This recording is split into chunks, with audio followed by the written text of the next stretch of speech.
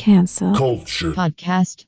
Welcome to Cancel Culture, the podcast where myself and others talk about some taboo and cancelable things and try not to get usually my old cis white dad canceled. But this week, in a crazy turn of events, we have a special guest. You may know him from most recently his new series Cooper's Barr on AMC Plus. He's also appeared in countless movies and TV shows, not limited to, but including The Sopranos. Fuck off, huh? I'm busy here. Lou Mustillo, welcome to the pod. Hello, everyone. We're thrilled to have you. Thank you. I'm thrilled to be here. I'm loving these new glasses also. Oh, well, thank you. Hip optical. They're very stylish. Thank you. Thank you. They're framing your face. You got the angles. It's a good job. Thank you. So I guess before we, ask you how you've been doing, Lou, I'll just give a quick rundown. I'm Jamie. I mentioned that I have been watching The Ultimatum on Netflix. Have you heard of this, Lou? No, I don't know The Ultimatum. Okay, it's a reality show where basically, and I'm watching the queer edition, so it's like all women or feminine people, and it's about a group of people, half of whom gave their significant other an ultimatum saying that you have to marry me or else we're breaking up, and then the other half are the people who receive the ultimatum. Okay. And then they all come into the show and they date each other basically, and for 3 weeks they live with a different person, not the person they came with, and then they have to decide whether they want to marry the person they came with or like be with this new person or just like leave with no one. In just 3 weeks, my God. In just 3 weeks. How long did you date your wife before marrying? Oh, 2 years. Before getting engaged? 2 years. Wow. Yeah. To me, I'm like, that's not a lot of time. That's still pretty speedy. I It's a solid decade before I'm gonna 2 years. get the old ball and chain. Once you pass 35, I think 2 years is about right. Yeah. I feel like 2 years feels right. I feel like when you know, like I feel like it's the age old tale of like, once you kind of figure it out, like you either are or you aren't in for the long. I feel like there's like that. Anyway, we don't have to get into it. Basically. Amazing. Anyway, I mean, like, these people on The Ultimatum have been dating for like 5 years, and that's why they've been given an ultimatum. That's true. What do you think is too long to date somebody without future? Because I don't think marriage has to be the end goal, but like before whatever the next step is, what do you think is the appropriate amount of time? I would say if marriage is not on the table, if both are fine with not having that piece of paper, then it's, indefinite. fair game. If one person says, I would like to marry, and the other one says yes, usually say the woman says, I'd like to be married, the man says yes, then, after 5 years without anything happening, I would start to think, well, somebody doesn't really want to do this. Or vice versa. It could be the guy saying, I really want to marry you, and the woman saying, okay, and never mentioning it again. Well, I don't know how much time you've spent around lesbians, Lou, but this queer version, it's all women, and it gets fairly messy fairly quickly. Well, I mean, regardless of your sexual preference, I would imagine that no matter what, you're going to go into a situation for 3 weeks and come out of it and go, I'd rather be with this person. Wild. It is, it's insane, and it's reality TV. It's right. My favorite kind of reality TV. And a mess that's not mine. Yes. Yeah. And the thing is, you also have to, who goes on these shows? Who? Right. That part. Is there like a prize? Like, do people get paid, or like, what's the incentive? I don't think there's a prize on this one. I think it's literally just like the prize is like, you either get married or you don't, which isn't much of a prize. Just emotional turmoil. I have to say, go ahead. I haven't seen all of the Ultimatum, but I used to watch the like 1.0 version, which was Temptation Island, which was like similar concept but different, where it was like 3 options at the end. You went home with your partner that you came with, you went home by yourself, or you went home with a new partner. But it was more like not quite Love Island, but they split them up into different villas. So so you don't know what's happening. And they were with the singles, like 12 different singles in these new villas. And then every week the partner got a 30-second clip, which those producers jail, because of course the clips they sent were like 30 seconds of this man like getting a lap dance, but the next 30 seconds were him being like, whoa, my girl's gonna freak out if she sees this, like, get off me. But they didn't show that part. They showed the like lap dance part. Well, anyway, I was wrong on all my guesses. Not a single couple I thought was gonna stay together did, and all the couples I thought were for sure done ended up with a fucking ring. I was shocked. Well, outside of any of this, outside of whether someone goes off with somebody or stays or whatever, it just proves how people will do anything to get onto television. Yeah, no, that's fair. They time. They will do anything. And I mean, it used to be years ago, and it used to be the goofy game shows. Right. But dress up stupidly, but you know, like the newlywed. Well, that's how you got your start, right, Lou? Oh yes, on what do you call it? Let's Make a Deal. I always think of those guys that host those shows. You know, they do about 15 of them a day. I would be in a rubber room. But back to the reality thing. It used to be, the old days was like the newlywed game, and they'd ask these newlyweds questions. Right. And ridiculous questions and embarrassing stuff and the whole thing. And they'd win like a washer. Right. Or, you know, a washer dryer combo. Like a shark vacuum, handheld vacuum. There's a lot that I'll do for a vacuum. You know, a trip to Atlantic City or something like that. Right. No, that's a lame one. Back then, when I was a kid, I would think to myself, why would these people put themselves through this? And the answer to all of this is so they see themselves on television. It's insane, really. Well, as somebody who is, and presumably at one point before you had made it, quote unquote, you wanted to be on TV. Was there ever a part of you that was like, I would do this to get on TV? God, no. Oh, God, no. I mean, you know, there was I would for my life before Wait, Lou, let me pose it to you this way. If you had to, gun to your head, be on a reality TV show today, which one would you choose? I don't know any of them. I don't.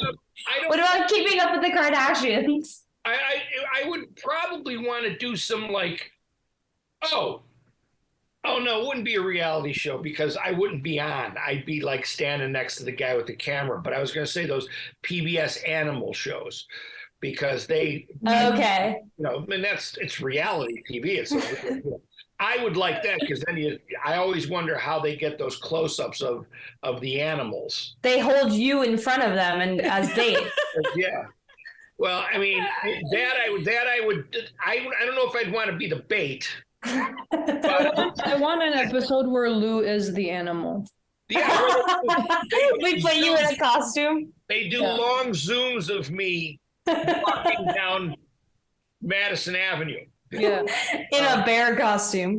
Oh my God, Zaboomafu. Oh yeah. My God, there you go, like something like that. I'll tell you what I wouldn't mind doing. I like those animal control reality shows. Like if they would let somebody come along, I think it's great because they go get dogs that are starving to death. I don't even have rescue them. I'm just saying, I like, you know, you're always rooting for the dog, and by the end of the show, the end of the show, they save the dog from a horrible owner. Oh God. No, I wouldn't want to do a bounty hunter show. No.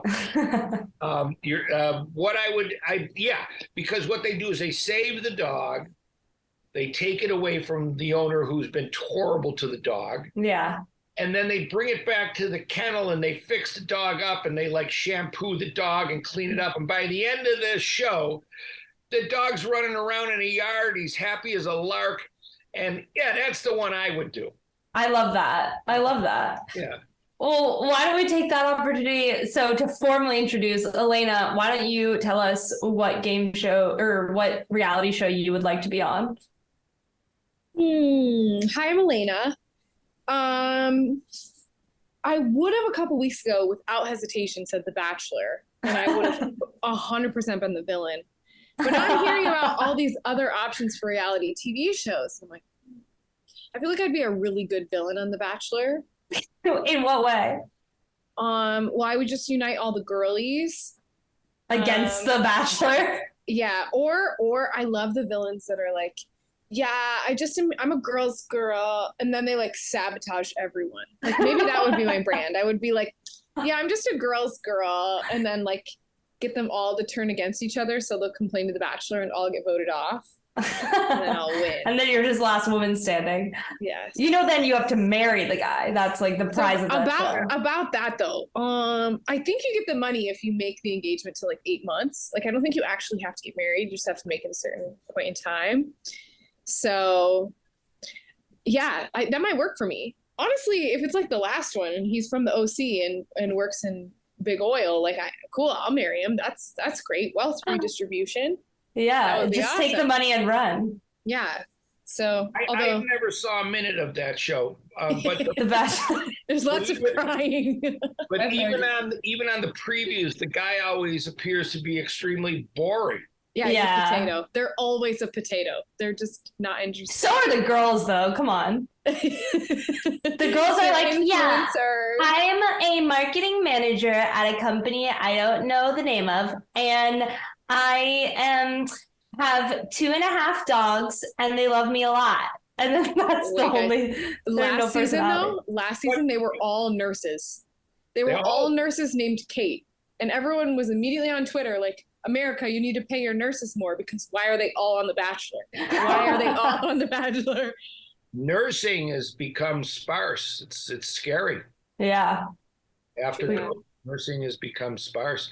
In fact, the nurses that can travel to different states and work at different hospitals, traveling nurses are making a ton of money, and a lot of people, but the old school nurse going to their local hospital, those days are. Yeah. So are we? Unfortunate. So is the whole show about reality TV? Or are we going to? No, I'm sorry. No, we're just shooting the shit. We're just shooting. I don't know anything about it. You don't have to, Lou. That's for us to know and for you to slowly and unorganizedly find out. Yeah, through osmosis. If we'd wanted you to know, we would have sent you a list of TV shows to prep you on. Yeah. No, but shooting the shit. Mariana, will you introduce yourself quickly and then we'll move on? Yeah, hi, I'm Mariana. That's all you need to know. Okay, what's your reality TV show? Survivor? One that I would be on? Oh no, yes. I've never watched Survivor. I feel like Mariana would be great in Survivor, but that's just... Thank you. No, I think I would do like the Great British Bake Off. Love. Great. Like, wholesome. Or like maybe like Shark Tank. Love. That's nice. I do watch Shark Tank. I do like. You do? Yeah, because I love to see somebody come in and do a presentation, and you see how people, really do an interesting job or have an interesting idea, and then you see people who actually have a decent product but really don't know how to sell it. It's interesting to watch. Yeah. It's all bullshit. I mean, none of them have made. Mark Cuban finally come out and said none of his investments have made a dime. Really? Yeah. Wait, what? But they get paid so much to do the show. What about Scrub Daddy? Yeah. I mean, some of them have worked. He claims that nothing he's done, it really has made him. Maybe that's just poor picking. Maybe he should have picked better products. Comfort. Anyways, we could talk about reality TV show forever. We're in week whatever of this. I don't know, of the strike, of the writer's strike, which is, pretty bad. And I don't know if you guys saw, but in terms of this podcast, I've been thinking a lot about when David Zaslav, is that how you say his last name? Zaslav, the CEO, warned that was saying that you have to work as a team and be a leader, and then he was giving a commencement speech at BU and got booed, and then all of the students started chanting pay your writers. Yeah, teamwork. I'll get paid, but y'all volunteer. Right. I have the honor to present David Zaslav for Boston University's honorary degree. With his shades on. Oh. Wow. We don't want you here. David Zaslav to deliver the 150th commencement address of Boston University. Wow. I couldn't be more excited to be here with all of you. You want to be successful. You're going to have to figure out how to get along with everyone. No, that's a dead idea. Difficult people. Go him. Oh my God, this is iconic. Oh, he's choking. He doesn't even know how to proceed. It really is I love people. They stood up. I don't think, he's the guy that is the problem. What the problem is that the technology is not caught up. Nobody knows how to nobody is giving the numbers on streaming. This is what it basically comes down to. Now, they say that it's very difficult to do. Well, you're going to have to figure it out because... Well, it seems pretty easy for them when they're making billions of dollars off of it. I was going to say, this is my thing. I think it's generous to be like, oh, it's not their fault. No. When you're making 700% times your writers or your employees, there's a problem. Great that you're working so hard. I agree. You don't need to make that much money. Listen, you really don't. Here's the problem. Being a liberal-minded person and, sharing the wealth of the company with the employees who work hard for you. Hollywood has always been a very left to center place. Right. But when it comes to money, they're like Reagan Republicans. Right. They, they're talking about the trickle down theory, but it never trickles down. I do want to, I feel like this brings us into our game. We have a little game to play with you quickly. It's in line. I'm glad we got to talk about, actually, coincidentally, we got to talk about reality TV. And reality TV, I think, is great for a lot of reasons, but mainly because it does give way to some pretty crazy people getting their 15 minutes of fame, problematic or not. So today we've designed a little show or game for you called the Cancellorette. And our bachelor today is none other than Roseanne Barr. Oh, God. Okay. Okay. So the premise of this game is that we're going to show you a selection of potential bachelors for Roseanne Barr, who, we all know and don't love. And we have to all collectively describe who we think would be the best match for her and why out of the bachelors you're about to see. And also, if you'd like to throw in there what you think their first date would be like. Okay. All yeah. right. So should be pretty fun. If you flip to the next slide, dear Paul. These are her potential bachelors. Oh, God. Well, they're all nice guys. I don't know who's Maddie Healy. Okay, so here's the thing about this selection of men is on the surface, you might think there's a normal guy, normal lad, but all of them have some skeletons in their closet. And that's why we've selected them to be potential matches with Roseanne Barr. Matt Healy is this is, do you know Taylor Swift, Lou? Yes. Yes. Matt Healy is potentially, it's rumored to be, her new boyfriend, but the controversy is that he has said some racially motivated, dare I say, racist remarks, racist remarks about some other pop stars. Tobey Maguire, we know him as Spider-Man. I love him. I love Tobey Maguire. Well, you might not. We might break your heart. Apparently, Tobey Maguire, not so nice a guy. Apparently, he likes. Have you ever seen Molly's Game? The movie? Yes. So Michael Cera plays Tobey Maguire in that movie. Right. Oh, okay. Yeah. So he's our little, How do you guys mischief know maker. How does this information? My brain is a treasure trove of useless information about horrible men. Okay, all right. Leonardo DiCaprio. Love him. Absolutely love him. We love him except for the fact that he dates children. No, he dates younger women. Well, Girls. they're on the brink, which is also why maybe Roseanne Barr isn't the best match for him, because She's too old. different age bracket. She's the grandma of the girl he's dating. They're all in their 20s and they're Are they? So Or they're 18. I guess that's legally an adult. It's legally an adult.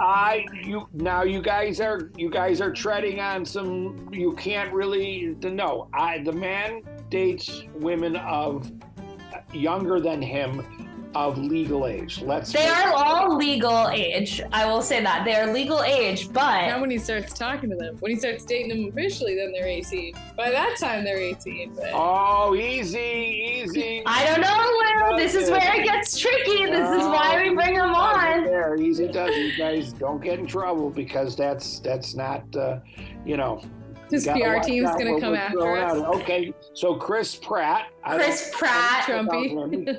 Seems like a very nice guy also. He is, except for he belongs to a church that does not like gay people. But such is life. Okay. Well, I mean, any Catholic can say that also. It's true. And then You'd be surprised. Any Catholic or any Protestant could say that also. I mean, No, it's the evangelicals that don't like the gays, because the Pope said we're supposed to love people. Okay, the official leader of the Catholic Church says we're not doing that. Love thy It's neighbor. The evangelicals that are like, to hell they go. well, Burn. yeah, the Catholic Church used to speak out against gays marching in the St. Patrick's Day parade. So that's true. Yeah. That is true. But since then, the Pope has said. So I don't think Chris Pratt, I don't think that's that big of a deal, because I mean, I could say the same for a lot of my Catholic friends. Well, we should have them on too. We'll get their opinions on Chrissy Boy, Okay. and then Jimmy Fallon. A lovely man. A lovely man. The only thing that I could find wrong about him, and this is all of Hollywood, is just a nice little sniffing habit. But Well, I mean, listen, you go back to the 60s, 70s, I mean, everybody had a sniffing problem. that's true. Yeah, so, I mean, I don't think that's a big Yeah, it's deal. okay if you did it in the 60s. Yeah, but even now. Wow, it's not a cancelable offense. This is not the goal. It's not good for your heart. It's not good for your health. We just want him to live long. And he's a wonderful guy, and I don't think I'm going to go down the line. I really don't think you could get on Chris Pratt's case, because a lot of religious. I mean, you can go to temple and talk to a rabbi, and 9 out of 10 times the guy will be anti-gay. that's true, but we do think that one of these gentlemen would end up in this game show dating Roseanne Barr. Okay, now I gotta also defend Leo because he's doing nothing Oh wrong. God. All right, now, Tobey Maguire, I have no idea about the whole thing. I'm gonna go with Maddie Healy because if they're both sort of people who don't have good things to say about other people. That's true. That's true. If that's what you guys are telling me that he did, that's sort of been Roseanne's thing for a long time. What do you think their first date would be like? They'd probably do a hit of mescaline and start a fire in her backyard. Wait, what? Hit of what? Fire in her back. A hit of mescaline. What's mescaline? Like Yeah, LSD. Oh, LSD, okay. And they'd go in her backyard, she'd start a little fire in her fire pit, and they'd watch reruns of Roseanne tripping.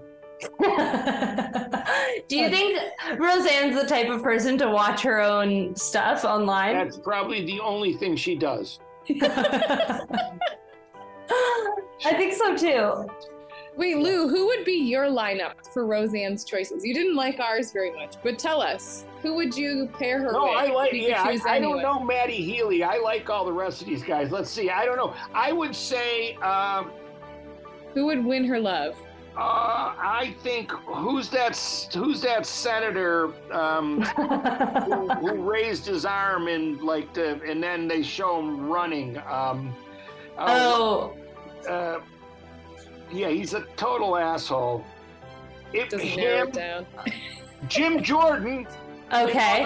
The congressman, he'd be perfect for her. Sure. And I would say probably any country music person who sings songs about drinking a six-pack in their pickup. Good. All right, Good. we'll have to bring I it like back that to date. you.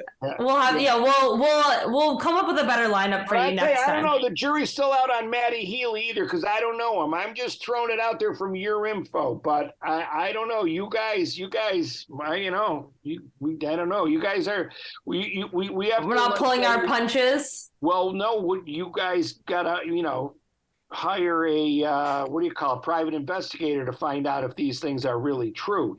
We'll get Politico on it. Get the fact checking. I mean, when Leonardo this DiCaprio's team comes after our teeny little podcast, then we'll have to make a public apology. Here's the thing. This whole the whole deal in Hollywood with the rumor machine.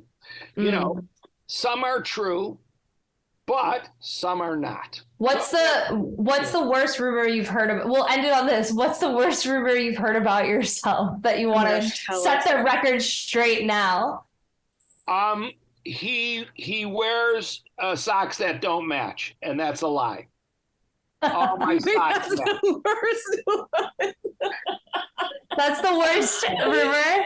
Yes. I love that for you. And I would say that anybody I've ever worked with, I don't think anybody would have a bad thing to say about me except your socks don't match. And some of my outfits.